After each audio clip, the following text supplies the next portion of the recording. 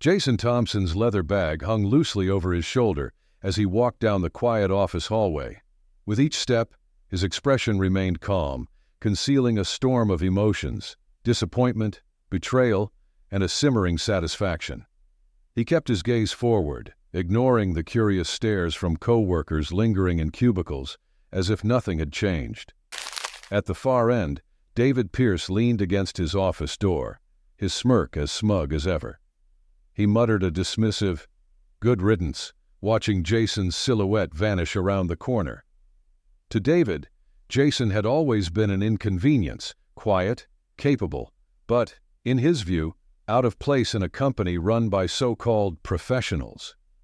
Jason reached the elevator and pressed the button with deliberate composure. It wasn't anger filling him. It was something more dangerous: clarity. As the elevator doors slid open, he stepped inside, catching a quick glimpse of his own reflection, a small, knowing smile crossing his face. Just as the doors closed, Jason's phone buzzed with a message. He glanced down at the screen. A brief note from a contact on the board of directors. His thumb hovered before he opened it. The message was simple, but it held the promise of everything to come. They'll know soon enough. Jason slipped the phone back into his pocket, his expression unreadable. As the elevator descended, he straightened, ready for what lay ahead. Jason Thompson had always been an understated presence. A man of quiet resolve, he had graduated at the top of his class from a prestigious university, yet his achievements weren't what drove him. He came from old money, but Jason chose to climb the ladder himself, preferring merit to privilege. At work, he was known for his precision, arriving early, staying late, and never cutting corners. To the world, he was just the numbers guy, but to David Pierce, the CEO of Pierce & Company, he was something less. From the moment Jason joined the firm, David hardly acknowledged him, brushing off his quiet diligence as a sign of meekness. David was the kind of leader who thrived on control and appearances, valuing his image above all else. Raised in privilege himself, he believed success came through power, not effort, and he filled his inner circle with people who reflected his image, polished, poised, and proud.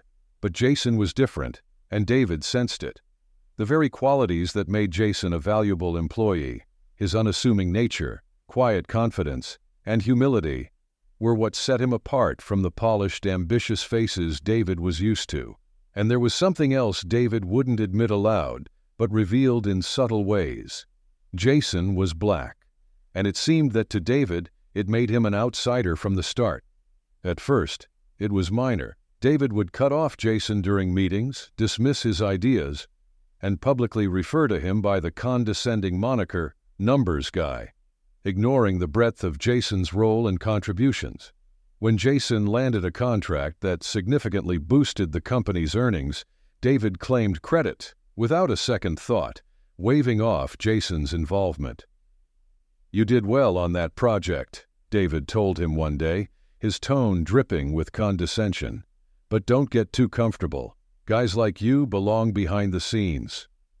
Jason took the comment in stride, letting it slide as he had with similar remarks his entire life.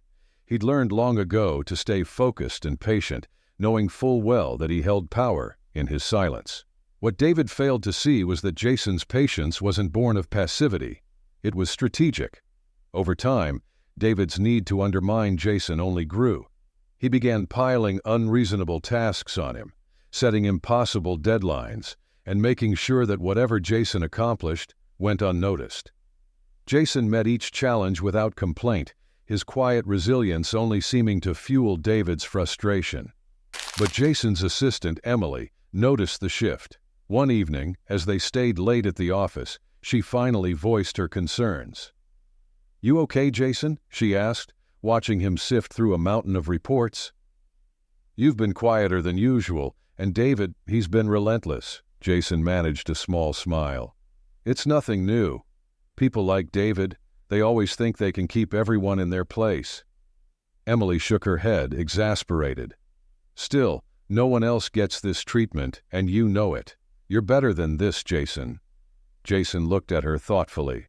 "I know, but sometimes the best response is patience." Emily gave him a half-smile, knowing he'd never been one to stir trouble, even if he was capable of much more than anyone in the office knew. As Jason packed up to leave, David's voice rang out across the office.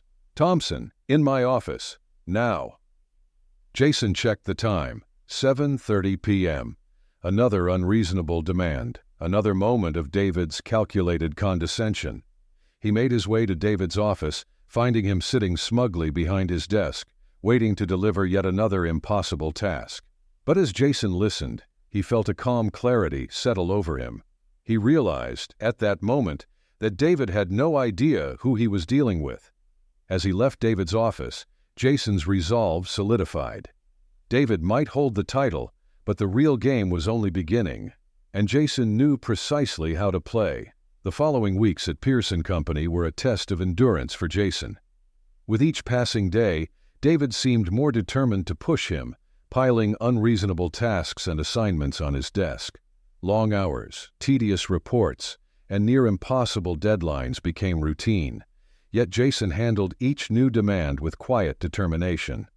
His work ethic was impeccable, his attitude unshakable, and his performance flawless. And to David, it was infuriating. The stark difference in treatment was becoming obvious to everyone in the office. Even those accustomed to Pierce's authoritative style noticed the extra scrutiny and unfair demands placed on Jason.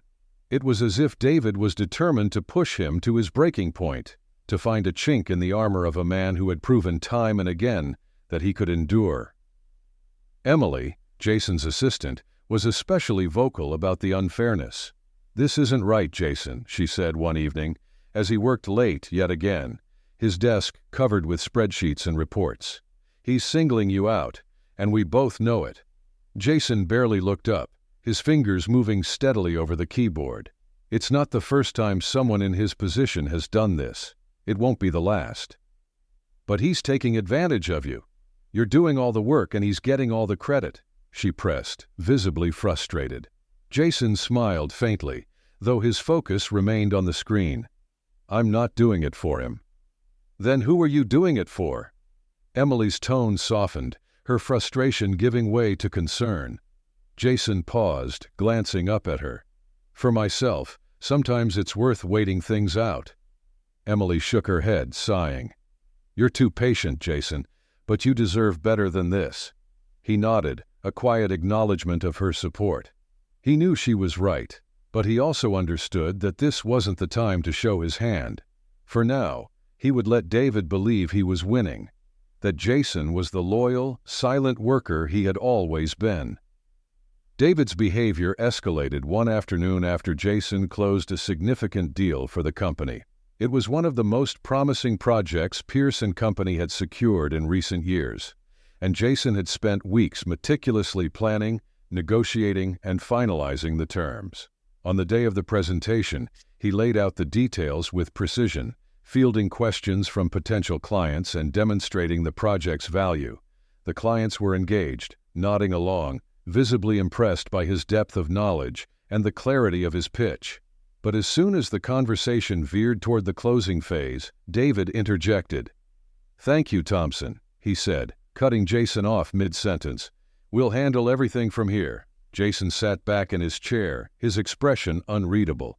He understood what this was. Another opportunity for David to bask in the spotlight, to present himself as the visionary leader steering the company to success. As the clients expressed their approval, David confidently accepted their praise, never once acknowledging the work that had gone into making the deal possible. After the meeting, as the clients exited, David gave Jason a condescending pat on the back. "Good job, Thompson. Keep this up and maybe one day you'll earn a seat at the big table." Jason forced a polite nod, masking the frustration bubbling under his calm exterior. It wasn't the first time David had taken credit for his work, and he knew it wouldn't be the last. But this time, the insult was sharper. David had no idea who he was truly dealing with. What David didn't know was that Jason's influence extended far beyond his role at Pierce & Company.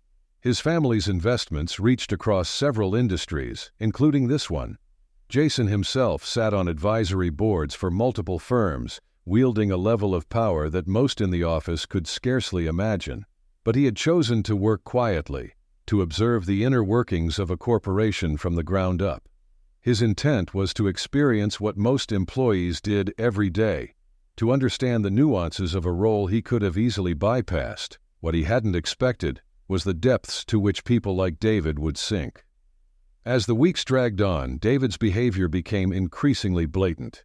He began calling Jason into his office at odd hours, handing him tasks with unreasonable deadlines, and framing them as learning opportunities. And Jason, maintaining his composure, fulfilled each assignment with precision and timeliness.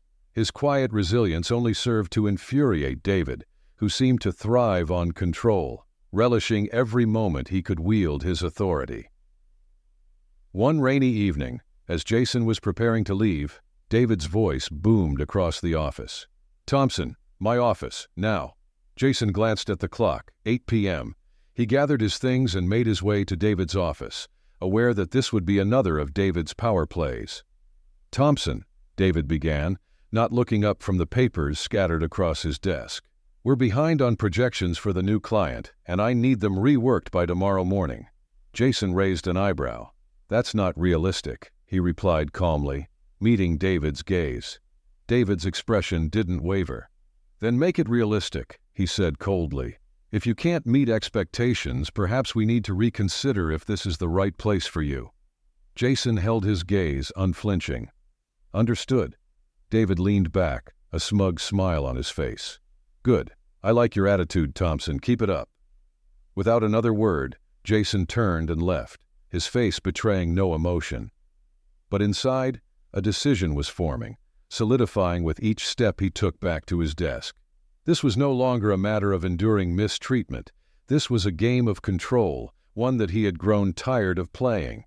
Returning to his desk, he opened his laptop and began typing, but this time, it wasn't the projections David had requested. He was drafting an email, calm, concise, and professional. The recipient was a close contact on the company's board of directors, someone who had known his family for years. Jason titled the email, "Upcoming Changes at Pierce & Company," and attached a few key files. He saved it as a draft, his cursor lingering over the send button.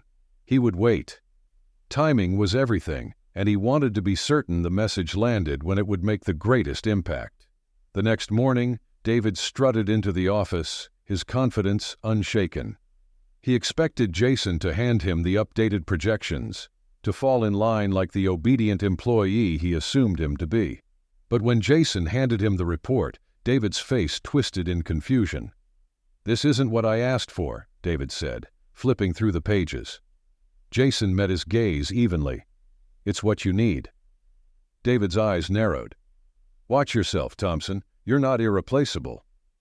Jason gave a small nod, a trace of a smile in his expression. "Neither are you, Mr. Pierce." For a moment, David looked taken aback, as if he hadn't expected the calm authority in Jason's voice. He opened his mouth to respond, but Jason had already turned, walking back to his desk without a second glance. David returned to his office, unsettled. He couldn't shake the feeling that Jason was up to something, though he couldn't put his finger on it. His assistant, Susan, noticed his agitation.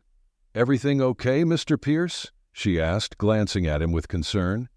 "It's fine," David replied tersely, though his mind was elsewhere. "Just Thompson being difficult again." Susan hesitated, then lowered her voice. "You know, I heard a rumor about him." David raised an eyebrow. "What kind of rumor?" She shifted uncomfortably. "Some people say he's connected, really connected. I mean, his family has stakes in multiple companies. I even heard he sits on advisory boards for firms you wouldn't expect." David scoffed, brushing her off. "Please, he's a glorified analyst. I'd know if he was anyone important." But as Susan left, her words lingered in his mind. He sat back in his chair, drumming his fingers on the desk, a sense of unease creeping in. The man he had dismissed as insignificant, the one he thought he could control with ease, was suddenly a puzzle he couldn't solve. Later that afternoon, David received a meeting request from the board of directors. The email was curt. Urgent. Executive review. Attendance required. David's eyes narrowed as he scanned the list of attendees, his pulse quickening when he saw Jason Thompson's name among them. For the first time, doubt pierced through his confidence, a gnawing suspicion that he might have underestimated the wrong man. Jason had played the game perfectly, and now, as the pieces began to fall into place, David realized too late that he was no longer in control. The day started like any other, but Jason sensed something different in the air. Colleagues offered him stiff greetings, glancing away quickly as if afraid to meet his gaze. The hallways were quieter than usual, and an underlying tension hung heavily in the office. Jason knew it was only a matter of time before David made his next move. By late morning, David's assistant, Susan, appeared at Jason's desk, avoiding eye contact. "Mr. Pierce wants to see you, now," she muttered. Jason nodded, gathering his things and following her down the hallway. As he approached David's office, he felt an unusual calm settle over him. He had anticipated this moment, prepared for it even. David might think he held all the power, but Jason knew otherwise. David sat at his desk, reclining with an air of smug satisfaction as Jason entered. "Thompson," he began, gesturing for him to sit, as though this was a routine conversation. Jason took a seat, his face composed and unreadable, waiting for David to make his move. "It's about your performance," David started, leaning forward with a forced sigh. "Frankly, it's not where it needs to be. The board is unhappy with the recent numbers, and I need someone accountable. That someone is you." Jason kept his gaze steady. "I see." David smirked, misinterpreting Jason's silence as submission. "So here's how it's going to go. You can resign quietly or we'll terminate you. Your choice." Jason took a moment, his gaze never wavering. "And the real reason, David? What are you actually firing me for?" David's smirk widened, his tone condescending. "Let's just say, you're not exactly a good fit for the company culture. People like you struggle here." He dismissed the question with a casual wave, as if Jason's presence were a minor inconvenience, easily handled. Jason's expression didn't falter. "People like me?" David ignored him, shrugging as if the answer was obvious. "Look, this isn't personal. It's just business." Jason leaned back in his chair, a faint smile crossing his lips. "Is it?" David's smile faltered for a split second before he recovered. "I'm trying to make this easy, Thompson. Resign, and I'll even give you a glowing recommendation." Jason studied him for a long moment, the silence thick between them. Then, in one deliberate motion, he rose from his chair. "I think I'll pass." David blinked, momentarily thrown by Jason's quiet defiance. "Excuse me?" Jason's voice remained calm. "I said no. I'm not resigning." David's confusion turned to anger. He wasn't used to being challenged, especially not by someone he had dismissed as insignificant. "Fine," he snapped, regaining his composure. "Then you're fired. Clear out your desk by the end of the day." Jason nodded, unruffled. "Understood." David watched as Jason turned and walked to the door, his jaw clenched in irritation. Just before leaving, Jason looked back, his expression unreadable. "One day, David, you'll realize who you just dismissed. And when that day comes, I hope you remember this conversation." David scoffed, though a faint trace of unease flickered in his eyes. "Is that a threat, Thompson?"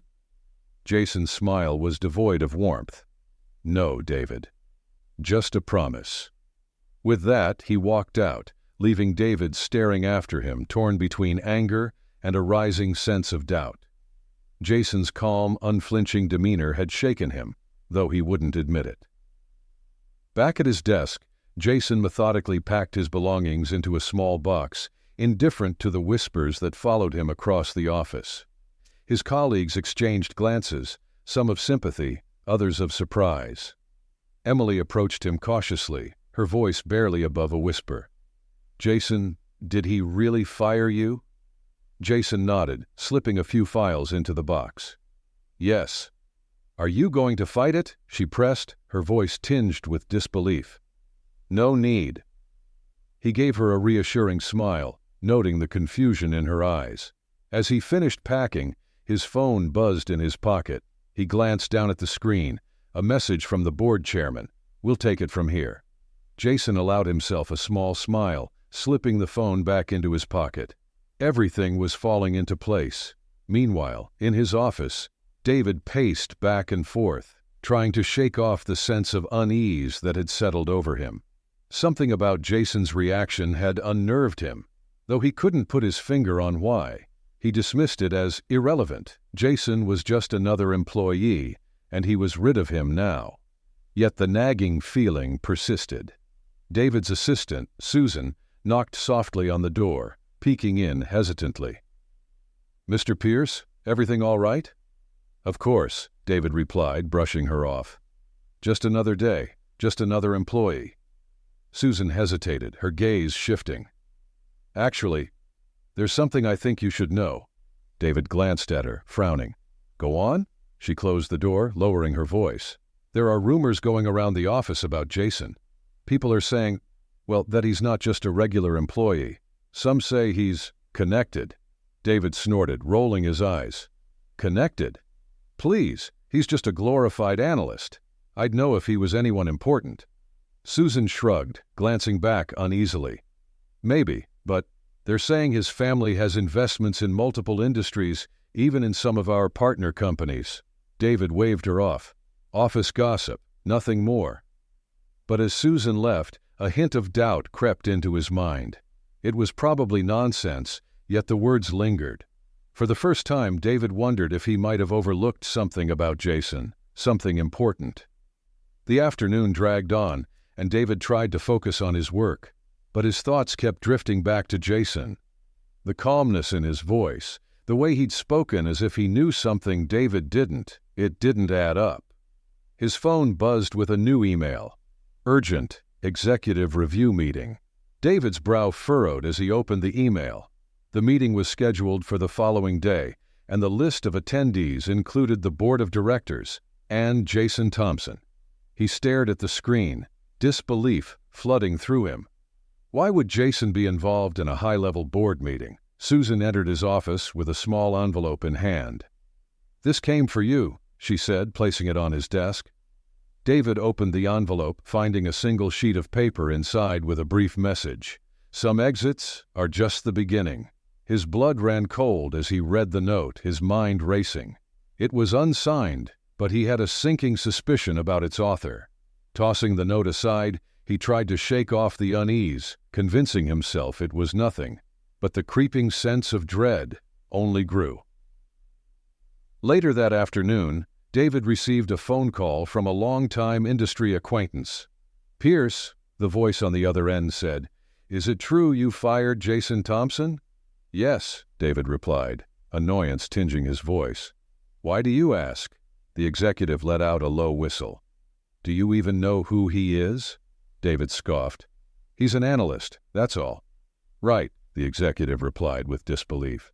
"He's also got ties to major investment firms, sits on the board of a supplier we use, and his family holds stakes in several companies, including some of your biggest clients." David's stomach twisted. "That can't be true." "It is," the executive replied, his tone almost amused. "Good luck with that, Pierce." The call ended, leaving David stunned, staring blankly at the phone. He sat down heavily, his mind reeling. How had he missed this? How had Jason managed to work so quietly, hiding a web of connections and influence that far exceeded anything David had assumed? In the back of his mind, a realization began to form, cold and unforgiving. He had underestimated the wrong man. Jason Thompson was more than just an analyst. He was a man with power, influence, and connections that could make or break Pierce & Company. David ran a hand through his hair, feeling the weight of his mistake press down on him. He had played with fire, and now he was beginning to realize just how much he stood to lose. The phone on his desk rang, jolting him from his thoughts. The voice on the other end was calm, familiar. "Mr. Pierce," the voice said smoothly, "we need to talk." David's heart sank as he recognized the voice. Thompson. Jason's tone was steady, almost pleasant. "I told you this wasn't over." Before David could respond, the line went dead. He placed the phone down slowly, the words echoing in his mind. He had underestimated Jason, but now he was starting to understand the consequences of his mistake. This was no ordinary employee dispute. This was a reckoning. And David knew with chilling certainty that he was on the losing side. David Pierce barely slept that night. Every time he closed his eyes, he saw Jason's calm, composed expression, haunted by the quiet power behind Jason's smile. It was a smile that said he held all the cards, and David, for once, wasn't in control. Morning came, and David arrived at the office, disheveled and anxious. He couldn't shake the feeling that everything was slipping through his fingers. Susan had tried contacting Jason several times, but each attempt went unanswered. Jason wasn't avoiding him, he was letting him sweat. An urgent board meeting was scheduled for later that morning, and David hadn't come up with a defense. His thoughts were a chaotic mess, fueled by a lack of sleep and the growing realization that he had underestimated Jason. As he entered the executive boardroom, the weight of the room's attention bore down on him. The board members wore expressions ranging from curiosity to disapproval, and the chairman, Robert Kendall, looked particularly grave. David could feel the shift in the room. This wasn't just a regular review. He glanced at the seat across the table from him, Jason's seat, empty. As David sat down, he saw Jason enter the room, calm and unhurried. He wore a tailored suit, exuding authority that caught everyone's attention. For a brief moment their eyes met, and David felt a chill as Jason held his gaze, his expression unreadable, yet composed. Jason settled into his chair, nodding politely to the board members, who nodded back in recognition. Chairman Kendall cleared his throat, bringing the room to silence. This meeting was called to address recent developments within the company, particularly those regarding Mr. Pierce's actions and judgment. He looked pointedly at David, his tone measured but unyielding. "Mr. Pierce, we have concerns about your recent decision to terminate Mr. Thompson." David straightened, trying to mask his unease. "Thank you, Chairman Kendall. I appreciate the chance to clarify. My decision was based on what I believe to be in the best interest of the company. I have no personal issues with Mr. Thompson. It was strictly a matter of performance." Kendall's expression didn't change. "Interesting." He looked to Jason. "Mr. Thompson, I'd like to hear your perspective." Jason folded his hands, his tone calm yet firm. "Thank you, Chairman. Over the past year I've taken on demanding projects for the company, frequently working late hours to ensure we met client expectations. However, I encountered a pattern of dismissal from Mr. Pierce, both of my work and of my contributions to the firm. Recently, when I closed one of our largest deals to date, Mr. Pierce took credit for the work without acknowledgement." David clenched his jaw, but he forced himself to remain silent. "What Mr. Pierce didn't realize," Jason continued, "is that my role here was never about climbing the corporate ladder. It was about understanding the core of this company and its people." He paused, his gaze sweeping over the board members. "My presence here wasn't accidental. My family's investments have an interest in several industries, including this one. I joined Pierce & Company because I wanted to experience the company from within, not just as an investor." The board members exchanged glances, whispers breaking out across the room. David felt his stomach drop. Kendall leaned forward, his expression stern. "Are you saying you joined the company as a strategic decision?" Jason nodded. "Correct. My family holds significant investments, not just here, but across multiple companies in this industry. I chose not to disclose my background because I wanted to earn my place based on merit, not on influence." Kendall turned to David, his voice sharp. "Mr. Pierce, were you aware of Mr. Thompson's background?" David hesitated, then shook his head. I had no idea." "Why not?" Kendall asked, his tone icy. "You made the decision to terminate him without understanding who he was or the influence he holds within this company. How is that in the best interest of Pierce & Company?" David's throat tightened. "I acted on the information I had, Chairman. If I'd known—" "But you didn't care to know, did you?" Kendall cut him off. "You dismissed him without a second thought, assuming he was simply another analyst. Did you even take the time to evaluate his contributions? David's face flushed. I admit that mistakes were made. Jason remained silent, watching as the board members' expressions shifted from curiosity to disappointment. Kendall turned his attention back to Jason. Mr. Thompson, I'd like to know, what exactly did you intend to gain by joining our company in this manner? Jason's voice was steady. Perspective. Influence. I wanted to understand the company from the ground up, to see its leadership and culture firsthand.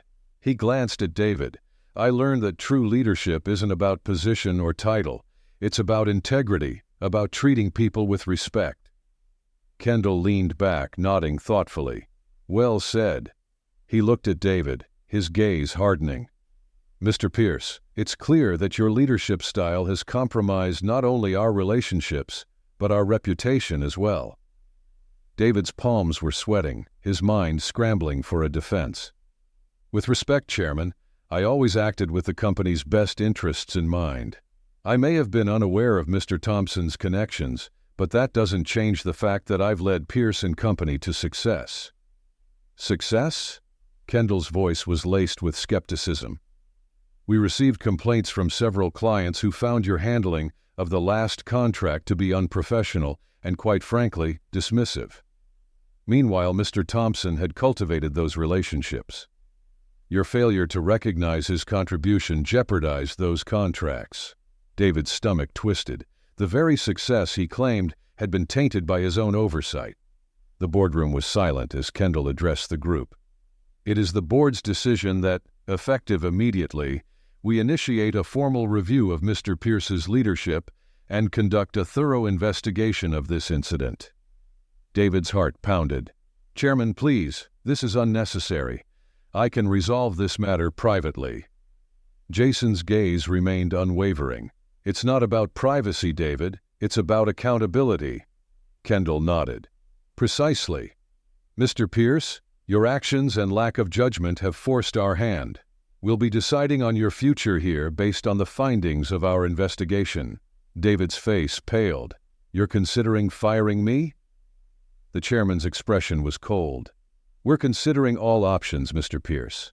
A company cannot afford a leader whose decisions are rooted in personal bias rather than objective analysis. David opened his mouth to argue, but the words died on his lips.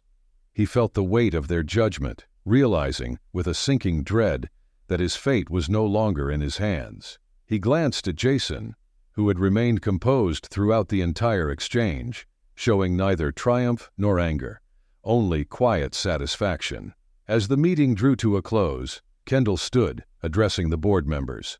We'll reconvene after the investigation to determine the appropriate course of action. Thank you, everyone, for your time. Jason gathered his notes, rising from his seat with a polite nod to the board. He had no need to gloat or show resentment. His mere presence had spoken louder than any words. As he turned to leave, he paused at the door, casting one final glance at David. This could have been avoided, Jason said calmly. All it would have taken was a little respect. David watched him go, feeling a mix of anger, humiliation, and something he couldn't quite name, a sinking, gnawing fear that everything he had built was beginning to crumble. He had dismissed Jason as unimportant, a simple analyst, never once considering that the quiet man sitting at the other end of the table was capable of reshaping his entire career with a single decision. As the board members filed out, Kendall approached David, his expression unreadable. Take the time to reflect on today, Mr. Pierce. You may have convinced yourself that this was just business, but leadership isn't a shield against accountability. David sank into his chair, watching as Kendall left the room, closing the door quietly behind him. The silence was suffocating, pressing down on him like a heavy fog. He had spent years building his career on authority, control, and the belief that he was untouchable. But now, as he sat alone in the empty boardroom, he realized with chilling clarity that he had underestimated the wrong man. Jason hadn't needed to raise his voice or demand retribution. His presence alone had been enough to unravel everything David thought he controlled. David leaned back, staring blankly at the wall, feeling the weight of his own decisions closing in around him. The truth was undeniable. He had misjudged Jason Thompson, and the cost of that misjudgment was only beginning to reveal itself. David returned to his office, feeling as though the ground had shifted beneath him. He had underestimated Jason. He could admit that now. What he hadn't anticipated was just how far that underestimation would spiral out of control. The board's formal review had shaken him. They hadn't dismissed him outright, but he knew he was standing on the thinnest ice of his career. He tried to suppress the rising panic as he settled behind his desk. He told himself that he could still salvage his position if he played his cards right. Jason may have gotten the board's attention, but David was still the CEO. For now.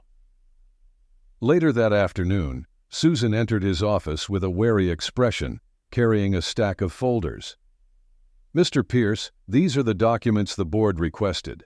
They'll need your full account of Jason's projects and performance, as well as any documentation justifying his termination." David barely looked at her, his mind racing. "Thank you, Susan. Leave them on the desk." She placed the folders down, hesitating. "Is everything all right, Mr. Pierce?" David glanced at her, irritation flashing in his eyes. "It's fine. I have everything under control." She nodded but didn't leave. "I thought you should know. Some of the staff have been talking. They're wondering why Jason was fired. Many of them worked closely with him, and I don't have time for rumors, Susan." David cut her off, his tone dismissive. "People get fired every day. They'll adjust." Susan lowered her gaze, nodding as she left the office. But her words lingered, adding to the unease gnawing at him. The employee's loyalty to Jason was clear, a loyalty that seemed unshaken, even now. David wondered if Jason had known all along just how much influence he wielded, both in the boardroom and among the staff. Trying to regain his focus, David opened one of the folders Susan had left and began skimming the documents. But the words blurred, his mind drifting back to the board meeting, to Jason's calm, unshakable presence. The power Jason held wasn't something David could control or dismiss, and that reality was beginning to sink in with unsettling clarity. As he scanned the documents, his phone buzzed on the desk. He glanced down at the screen, a call from an old contact in the industry. He hesitated before answering. "Pierce," he said, his tone strained. "David, I just heard the news," the voice on the other end said, sounding almost amused. "You actually fired Jason Thompson?" David bristled, struggling to maintain his composure. "Yes, and?" "It's not your concern." "Oh, but it is," the executive replied, his tone dripping with smug satisfaction.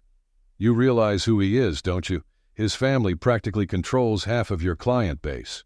The man could snap his fingers and your company would lose millions overnight." David clenched his jaw, gripping the phone tightly. "I'm fully aware of Mr. Thompson's connections." "Are you?" the voice replied with a chuckle. "Because from where I'm standing, it looks like you just made an enemy of one of the most influential people in this industry." "Good luck, David. You're going to need it." The line went dead, leaving David seething, his pulse racing. He couldn't afford to lose any more support. If the board began to view him as a liability, his days at Pierce & Company would be numbered. But as the evening wore on, a new fear began to take shape, one that went beyond his position at the company. Jason's calm warning echoed in his mind. "One day you'll realize who you just dismissed." That day, David realized, had arrived. And the more he thought about it, the clearer it became that Jason wasn't just here to reclaim his job or make a point. He was here to dismantle everything David had built, one piece at a time. By the next morning, the office atmosphere had shifted. Whispers and glances followed David wherever he went, and the employees who had once sought his approval now avoided eye contact. Even his executive team seemed distant, their usual loyalty replaced by wariness. As he entered his office, Susan approached him with an envelope. "This came for you, Mr. Pierce." David took it, frowning as he opened the envelope and pulled out a single sheet of paper. The message was simple, yet chilling. Everything you've built is built on sand." A cold wave of realization washed over him. This wasn't just about Jason's influence. It was about exposing David for what he was, a man who had gained power through arrogance and dismissal, a leader who had alienated his employees and compromised his integrity. Jason hadn't come to win a battle. He'd come to reveal the cracks in David's carefully constructed image. David's heart pounded as he dropped the note onto his desk. He could see it now, the narrative Jason was crafting, the way he was slowly unraveling David's reputation, piece by piece. It was a quiet, methodical takedown, and the worst part was that David could do nothing to stop it. A knock on his office door interrupted his thoughts. Susan re-entered, her expression tense. "Mr. Pierce, Chairman Kendall wants to see you, immediately." David forced himself to stand, smoothing his suit as he followed her to the chairman's office. As he entered, Kendall sat behind his desk, his gaze unwavering. "David," Kendall began, his voice heavy with disappointment, "I won't mince words. The board has serious concerns regarding your judgment and conduct, especially in how you handled Jason Thompson's departure." David took a seat, struggling to maintain his composure. "Chairman, with all due respect, I made the best decision I could with the information I had." Kendall's eyes narrowed. "And yet, you failed to recognize the value of one of our most talented employees. You acted without considering his contributions or his connections to the company's interests. Your actions have jeopardized our relationships with clients, and the board cannot ignore that." David's voice tightened. "I've been leading this company for years, Chairman. One mistake shouldn't cost me everything." "This isn't about one mistake, David," Kendall replied, his tone unyielding. "This is about a pattern of behavior, a disregard for the people who work under you, a lack of respect for those who don't fit your mold. Mr. Thompson's case has only brought these issues to light." David opened his mouth to argue, but Kendall held up a hand. "Enough. The board has decided to place you on probation pending further investigation. Your position will be reviewed based on the outcome, and we'll be re-evaluating our leadership structure." David's heart sank. "Probation? That's absurd. I've dedicated my career to this company." Kendall's gaze was steely. "And in doing so, you've alienated the very people who've kept it running. We can no longer ignore that." The meeting ended with David's suspension hanging over him like a cloud. He left the office, his mind reeling. It felt as though the walls were closing in, the consequences of his actions catching up to him in ways he hadn't anticipated. Back in his office, David sat behind his desk, staring at the empty folders stacked neatly beside him. Jason's influence had spread like wildfire, and David realized with growing dread that he had no allies left to turn to. As the day wore on, he heard whispers from the hallway, passing glances, and the occasional snicker from employees who had once respected him. Jason's quiet presence had shifted the dynamics within the company, and David was now the outsider, a figurehead without loyalty or support. By evening, David found himself in his empty office, the silence suffocating. For the first time he understood what it felt like to be powerless, to be cast aside as he had done to so many others.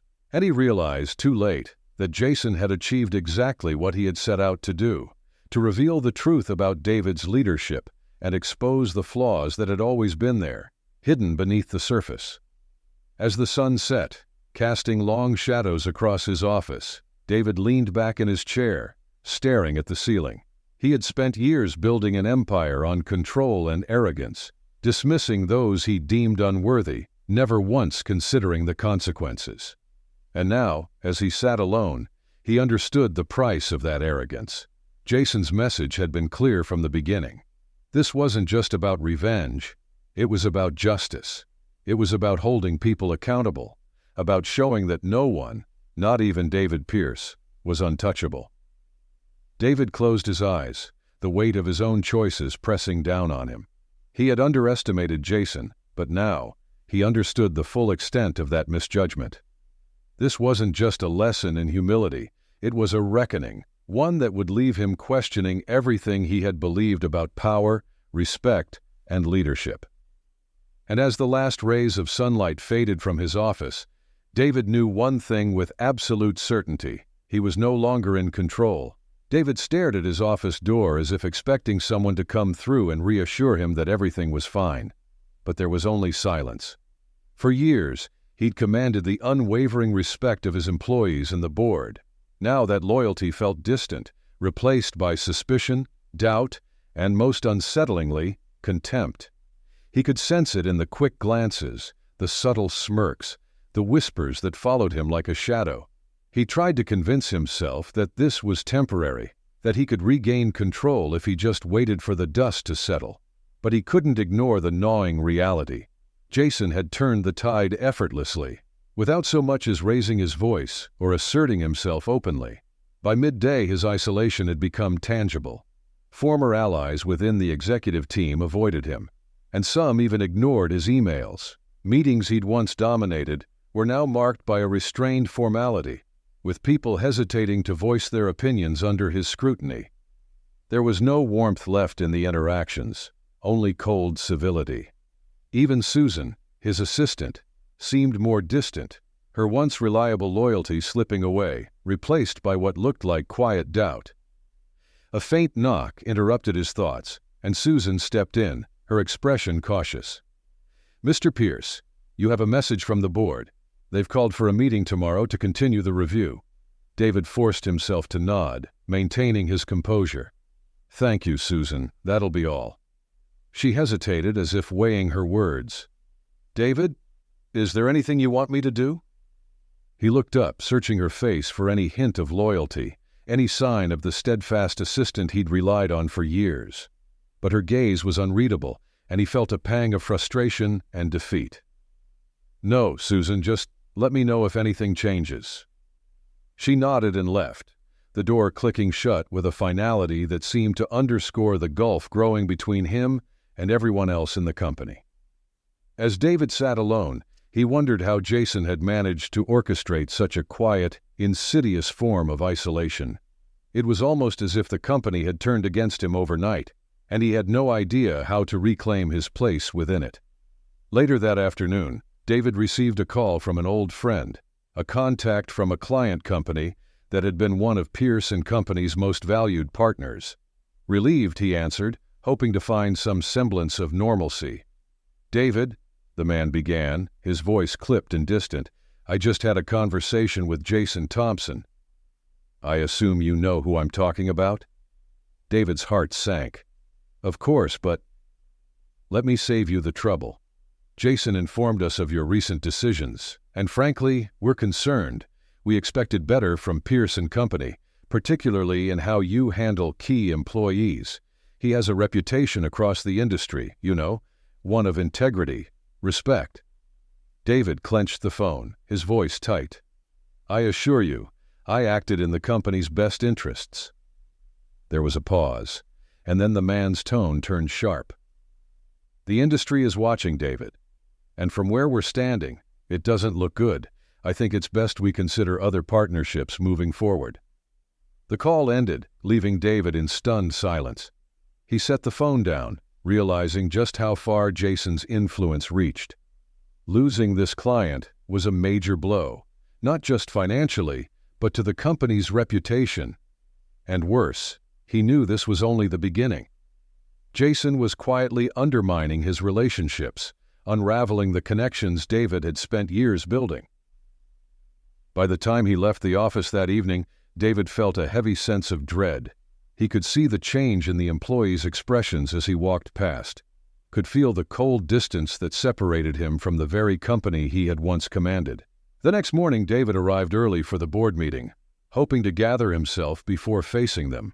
The boardroom was silent, its walls lined with portraits of past executives, men and women whose legacy he had once hoped to emulate. Now those portraits seemed to stare down at him, reminders of the expectations he'd failed to meet. As the board members filed in, David forced himself to sit tall, projecting the confidence that had once come so easily. Kendall entered last, his expression a mask of disappointment. Jason followed close behind, settling into his chair with quiet composure. Kendall wasted no time. Mr. Pierce, after yesterday's discussion, it has come to our attention that your handling of Mr. Thompson's termination has not only impacted internal morale, but has begun affecting our client relationships.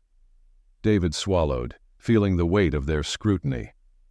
Chairman, with all due respect, I acted with the company's best interests in mind. I could not have anticipated Mr. Thompson's connections. Kendall's gaze hardened. That is precisely the issue, David. You failed to understand who you were dealing with.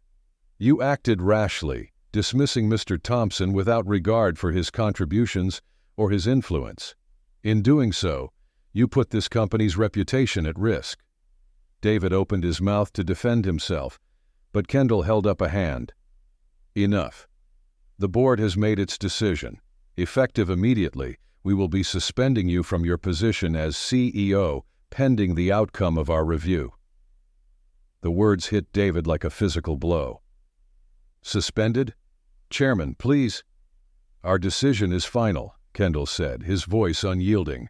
You have jeopardized this company, and we cannot overlook that. Jason remained silent, watching as David's composure crumbled. There was no hint of satisfaction in his expression, only quiet determination. David felt as though he were sinking, the once solid ground beneath him slipping away. As he rose to leave, Kendall's voice stopped him. One more thing, David. The board has extended an invitation to Mr. Thompson to continue his work with us in an advisory capacity. David froze, unable to mask his shock. Jason? Advising the board? He turned to face Jason, but the calm, unbothered expression in Jason's eyes told him everything he needed to know. Jason had already won. David's position, his authority, his very reputation, all had been quietly dismantled. The board filed out, leaving David standing alone in the empty boardroom. He stared at Jason, who had lingered behind, his gaze steady and unyielding. Jason broke the silence, his voice calm. This could have gone differently, David. You chose to see people as obstacles. I chose to see them as allies. David's voice shook as he spoke. You did this to me. Jason's gaze didn't waver. No, David. You did this to yourself. He turned and left the boardroom, leaving David behind in the cold, oppressive silence. David felt the weight of his actions pressing down on him, an undeniable reckoning he could no longer ignore.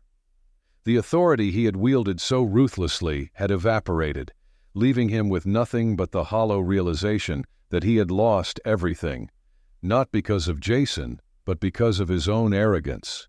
He stood there, staring out at the empty room, the silence deafening. For the first time, he understood the truth Jason had shown him, that leadership without respect was meaningless, and that power without integrity would always crumble. As he left the building, David felt the weight of his mistakes pressing down on him, knowing he would have to live with the consequences of his choices. And in that moment, he realized that this was not just the end of his career. It was the beginning of a lesson he would carry with him for the rest of his life.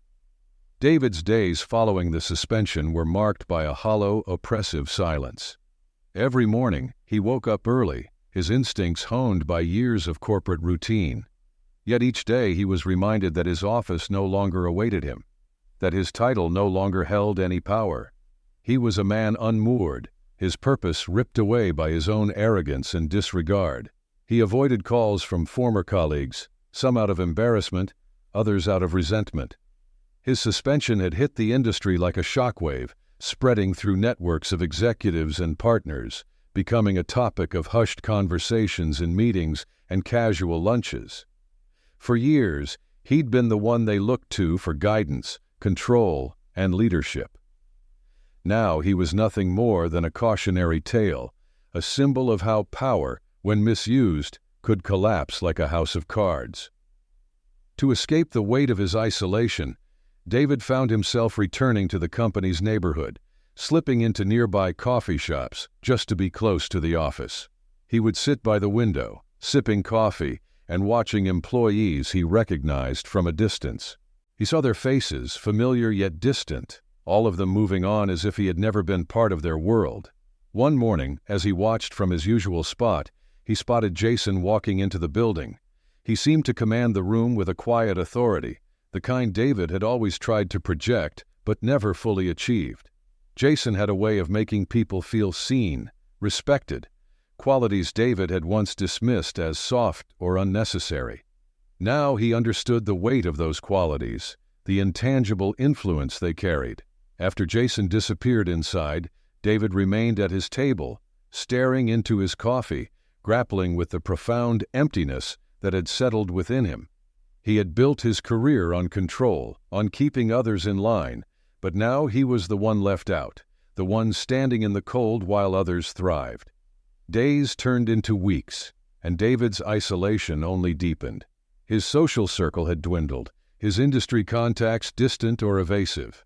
Those who once called him a friend were now conspicuously absent, and the few who did reach out did so with thinly veiled pity. He avoided their calls, unable to face the stark reality that he had been reduced to an outsider, a relic of a failed regime. Meanwhile, Jason's influence within Pierce & Company continued to grow. Word began to spread about the changes he was implementing, a cultural shift that emphasized collaboration, respect, and empowerment. The employees who had once feared David's authority now thrived under Jason's guidance, inspired by his quiet strength and integrity. One afternoon, David decided to make his way back to the office building, though he knew he had no right to enter. As he stood outside watching employees enter and exit, he caught sight of Emily, his former assistant.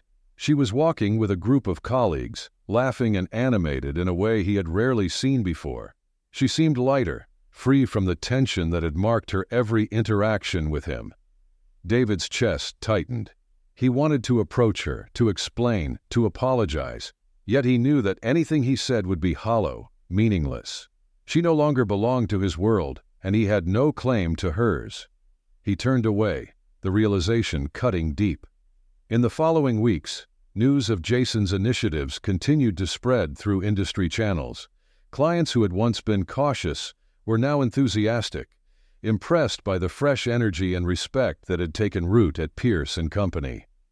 Jason's vision was reshaping the company's identity, attracting partners who had previously distanced themselves due to David's abrasive leadership style. David's bitterness grew, tinged with envy and a deep, gnawing regret. He could see, from the fringes of the industry, that Jason was achieving something David had never been able to: loyalty, respect, and true influence. Jason had built bridges where David had burned them, and his approach was creating something that David, even in his prime, could not have imagined. One evening, David received a message from an old friend, a fellow CEO. He hesitated before answering, reluctant to revisit the reminders of his failure. But curiosity, and perhaps a sliver of hope, compelled him to pick up. "David," the man greeted him with a mix of surprise and pity. "It's been a while. I heard about everything. Hard to believe, honestly." David forced a smile, though the words felt hollow. "Yes, it's been a challenging time." The man chuckled, though it lacked any real warmth. "I'll say. Word is, Jason Thompson has completely turned things around at Pierce & Company. People are impressed, especially those who'd all but written the company off. He's made it look easy." David felt the familiar pang of jealousy, sharp and unforgiving. Jason's certainly made an impact. That he has. You know, it's rare to see someone take over with such grace. He's gained the respect of people across the board, not just in the company, but in the entire industry. People are calling it a model for real leadership. Quite the legacy. David's grip on the phone tightened, his voice strained. "Thank you for the call. I appreciate it." After the call ended, David sat in silence, the man's words echoing in his mind. Jason had achieved everything he had once dreamed of, but with a quiet strength, an unassuming influence that was the opposite of David's forceful approach. He could see now that Jason's power lay in his ability to uplift those around him, to build trust and respect without demanding it. The weight of his mistakes pressed down on him, the realization settling in his mind like a final, irrevocable truth. He had been wrong. Wrong about Jason. Wrong about leadership. Wrong about everything that truly mattered. That night, David took a long walk through the city, lost in thought. He passed buildings he had once envisioned his name on, landmarks he'd thought would one day reflect his success. But now, they felt like ghostly reminders of a life he could no longer claim. His legacy had been reduced to memories of control and arrogance, while Jason's influence was building something lasting, something David could never touch. As he wandered the empty streets, he felt the loneliness of his choices pressing down on him, the echoes of his past decisions haunting him. He could feel the weight of all he had lost, his career, his reputation, his connections. But beneath that, he felt a deeper, more painful truth. He had lost his humanity in pursuit of power, and now he was paying the price. David stopped at a small park, sitting on a bench and staring out into the darkness. He had nowhere left to go, no one left to turn to. His world had narrowed to this single, isolating reality, that he was alone, and it was a loneliness of his own making. In that moment, David felt the finality of his choices settle over him. He had pushed away every ally, burned every bridge, and now he was left with nothing but the hollow echo of his own ambition. He understood now, too late, that leadership was never about dominance or control. True power lay in respect, in connection, in the quiet strength Jason had exemplified. As the first light of dawn began to touch the horizon, David sat in the silence, grappling with the painful clarity of his downfall. He had been the architect of his own isolation, the designer of a legacy built on sand. And now, with nothing left to hold on to, he faced the bleak reality that he had lost everything he once believed in. And in the quiet stillness of that early morning, David finally understood. He had been defeated not by Jason, but by himself. David's days blurred together, each one marked by the hollow routine of a life once filled with purpose. The things that had once motivated him, power, influence, recognition, now seemed distant, like echoes of a past life he no longer belonged to. He had built his identity around his title, his office, and the control he wielded over others. Without those things, he felt stripped bare, forced to confront the uncomfortable truth of who he had become. Weeks after his suspension, David received an unexpected invitation in his email inbox. It was from the board, inviting him to attend a final review meeting. The email was curt, almost dismissive, and it was clear that his reinstatement was unlikely, but the wording hinted at something else, a chance to address the board, to offer his account, and perhaps to salvage a sliver of dignity from the wreckage of his career. As he read the email, a flicker of defiance stirred within him. This was his moment to explain himself, to reveal his side of the story. But the more he thought about it, the more he realized how hollow that defense would sound. Everything he could say in his defense had been disproven by his own actions. The blame was his alone, and he had no excuses left. The meeting was scheduled for the following week. In the days leading up to it, David found himself reflecting deeply on his journey, retracing each step that had led him to this point. He thought of the employees he had dismissed, the allies he had alienated, the people he had overlooked in his relentless pursuit of control. He began to see, with painful clarity, the truth Jason had shown him, that leadership wasn't about fear or obedience, but about respect and trust. The night before the meeting, David wrote and rewrote his address to the board, each draft shorter and simpler than the last. His initial attempts had been defensive, filled with justifications and excuses. But as the hours passed, he found himself editing out the explanations, letting go of the need to defend his actions. By the time dawn broke, he had condensed his address into a single sincere apology. The following morning, David arrived at the office building for what felt like the last time. As he walked through the familiar halls, he saw employees he recognized, faces that had once looked to him for guidance, now passing him without a second glance. He felt the weight of his isolation, a final reminder of the world he had lost through his own actions. In the boardroom, the members sat in a semicircle, their expressions a mixture of sternness and curiosity. Jason was seated among them, his gaze steady and unreadable. David took a deep breath, steeling himself as he approached the podium. He had no illusions about the outcome of this meeting, but he owed it to himself and to them to face the consequences honestly. "Thank you for allowing me to speak," David began, his voice steady but subdued. "I'm here today not to defend myself, but to take responsibility for my actions. I made decisions that were rooted in arrogance and control, and I failed to see the value in people like Jason Thompson. I've come to understand that my leadership was flawed, and that my actions hurt this company and its people." He paused, glancing at the board members, then at Jason. "Jason's presence here is proof of what I could not see, that respect, integrity, and collaboration are the true foundations of leadership. I failed to embody those qualities, and I lost sight of what truly matters. For that, I am deeply sorry." The silence that followed was thick, and David could feel the weight of the board's scrutiny. He had expected to feel resentment or defensiveness, but instead, he felt a strange sense of relief. By acknowledging his mistakes, he had released himself from the need to control the narrative. He had nothing left to prove. Kendall, the chairman, leaned forward, his expression softening. "Thank you for your honesty, David. The board has reviewed your actions, and we've considered the impact they had on both the company and its people. While your apology is appreciated, we must act in the best interests of Pierce & Company." David nodded, accepting the finality of Kendall's words. "Your suspension will be extended indefinitely," Kendall continued, "and the board has decided that your role as CEO will not be reinstated.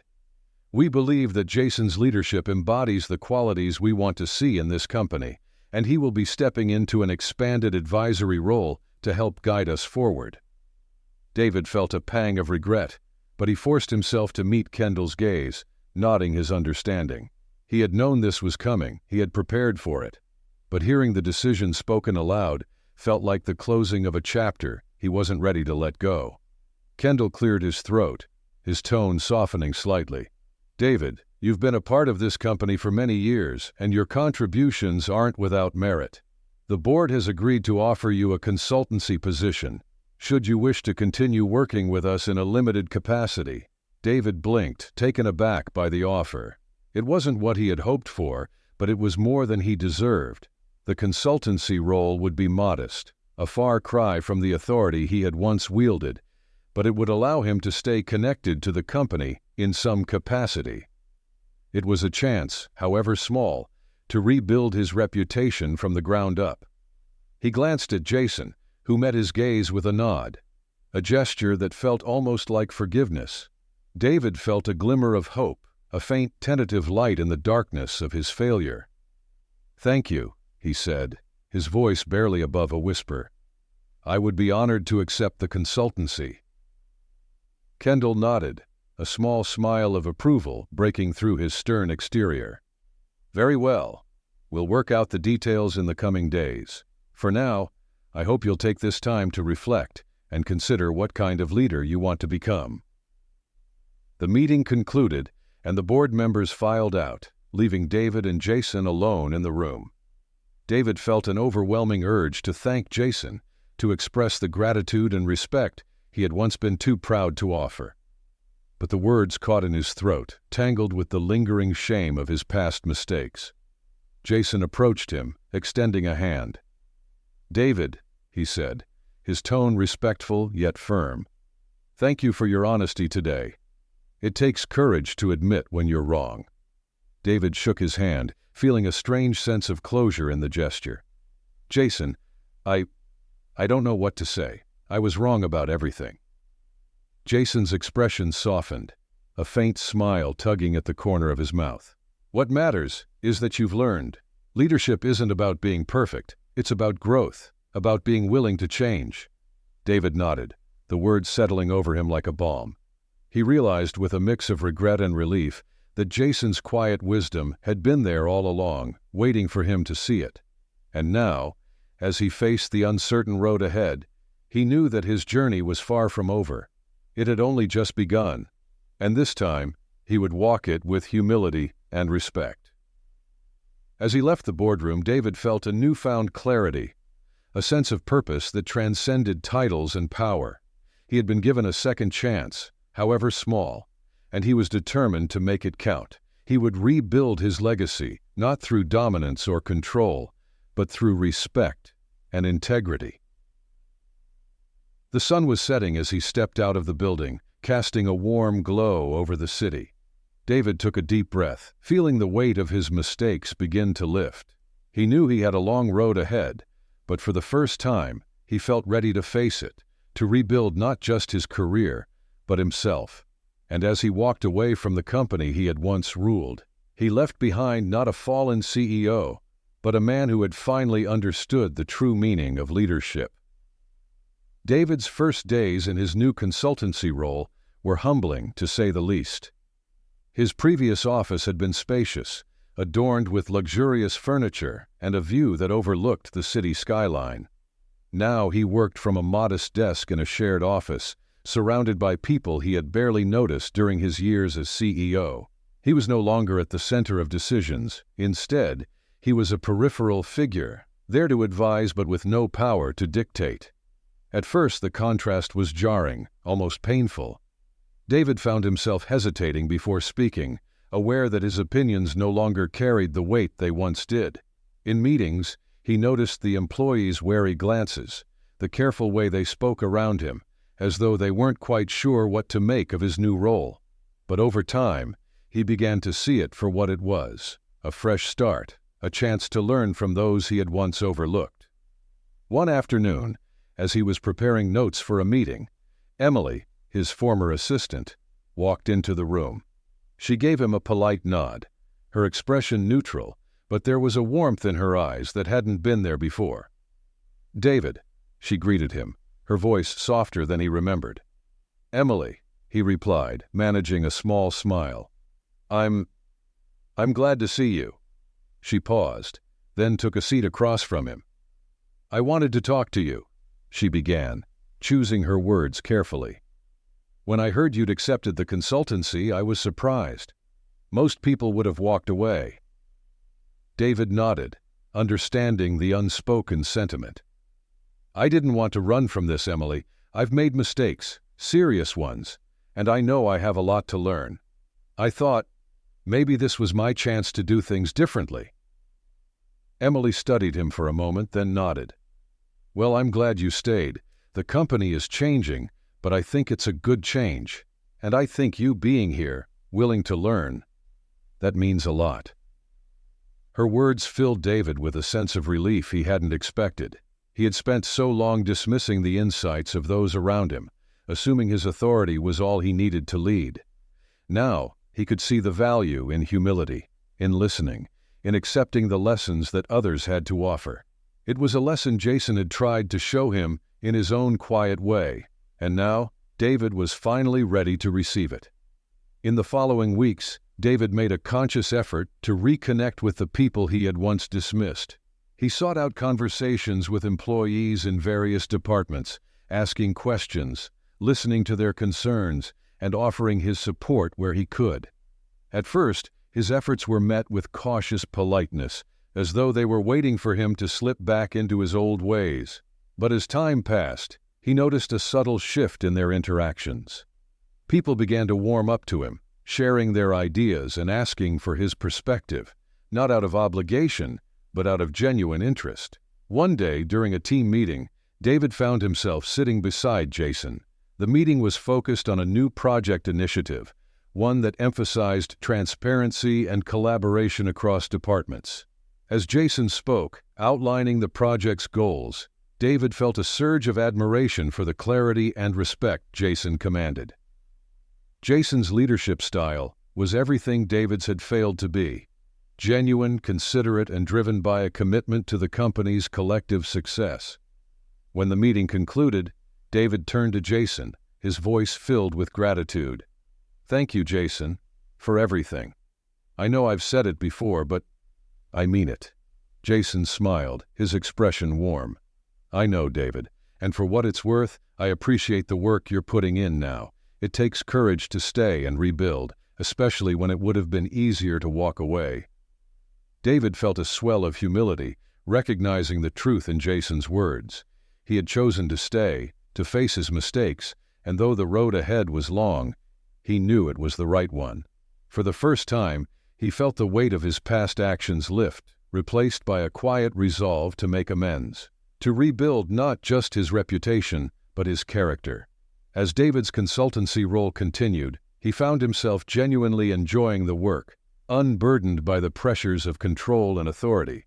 He became a mentor to younger employees, sharing his insights without imposing his will, offering guidance rather than dictating. It was a transformation that felt natural, a growth that stemmed from his own realization of what leadership truly meant. One evening, as David was leaving the office, he saw Emily working late. He stopped by her desk, leaning against the partition with a smile. "Burning the midnight oil?" he asked. She laughed, glancing up from her computer. "Just finishing up a report. I like to stay ahead." David nodded, an idea forming in his mind. "You know, Emily, if you're interested, I'd be happy to mentor you. I've seen the work you do, and I think you have a lot of potential." Emily's eyes widened, surprise mingling with gratitude. "I'd like that, David. Thank you." As he walked away, David felt a renewed sense of purpose. He was no longer the CEO, but in many ways, he felt more fulfilled than he ever had in that role. He was building relationships, learning from those around him, and giving back to the company in a way that transcended titles and power. For the first time, he understood the impact he could have by simply being present, by listening and offering support. In the months that followed, David continued to grow, both professionally and personally. His consultancy work brought him into contact with new clients, people who appreciated his honest approach and willingness to collaborate. He found himself valuing these connections, not as opportunities for power, but as chances to learn, to build trust, to contribute meaningfully to the lives of others. Through it all, Jason remained a quiet presence, a reminder of the path David had chosen to take. They didn't speak often, but there was an unspoken respect between them, a mutual understanding that transcended words. Jason had been David's catalyst for change, the mirror that had forced him to confront his flaws. And now, as David looked at the life he was rebuilding, he felt a deep sense of gratitude. One afternoon, Jason stopped by David's desk, handing him a small card. "A thank you note from the team," he explained with a smile. "They appreciate the guidance you've been providing." David took the card, touched by the gesture. "Thank you, Jason. This means a lot." Jason nodded, his expression sincere. "You've earned it, David. Keep up the good work." As Jason walked away, David looked down at the card, reading the notes of gratitude from his colleagues. Each message was a reminder of the impact he was making, the trust he was building, and the respect he had finally earned, not through authority but through humility and understanding. In that moment, David knew he had found a new path, one that wasn't defined by titles or power, but by the relationships he had built and the lessons he had learned. He had lost everything he once believed in, but in its place, he had gained something far more valuable, a true sense of purpose, grounded in respect, humility, and a commitment to helping others succeed. And as he sat at his desk, surrounded by the quiet hum of the office, David felt a peace he had never known. He had come full circle, from a leader driven by power to a man driven by integrity. And in that transformation, he had found his redemption. Months had passed since David began his journey of redemption, and in that time, he had rebuilt not just his career, but himself. The lessons he had learned had transformed him from a man consumed by ambition into a mentor who genuinely cared for the people around him. His consultancy role had become more than just a job. It was his purpose, a path where he could offer guidance without needing control. The staff at Pierce & Company had warmed to him in ways he hadn't anticipated. Employees who once avoided him now sought his advice. They didn't come to him out of fear or obligation, but because they valued his insights and trusted his intentions. David felt an immense sense of gratitude for their openness, for the chance to become someone they could rely on. One evening, the company held a celebration to honor the progress made under Jason's leadership. The atmosphere was warm and festive, filled with laughter and camaraderie. David attended with a sense of pride and humility, knowing he was now part of something greater than himself, a company united by respect and collaboration. As the evening progressed, Jason approached him, offering a handshake and a sincere smile. "David, I want to thank you," Jason said, his voice filled with genuine respect. "Your contributions have made a real difference here. The team values your guidance, and so do I." David accepted the handshake, feeling a surge of gratitude. "Thank you, Jason. It's been an honor to work alongside you, to learn from you.